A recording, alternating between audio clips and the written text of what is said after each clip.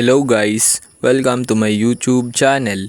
Ngayon ay tuturuan ko kayo kung paano mag-turn on ng accessibility sa YouTube. Una, pindutin lang ang YouTube application.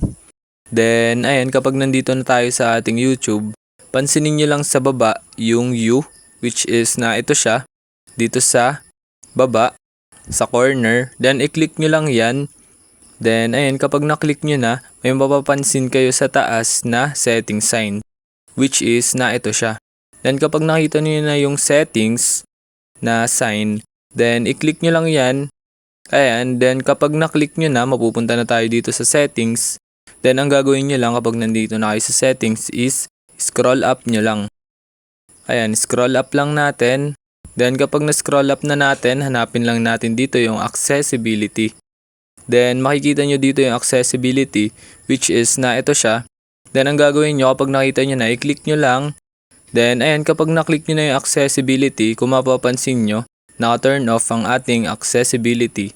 So, ang gagawin lang natin, i-click lang natin ito. Ayan, ito siya.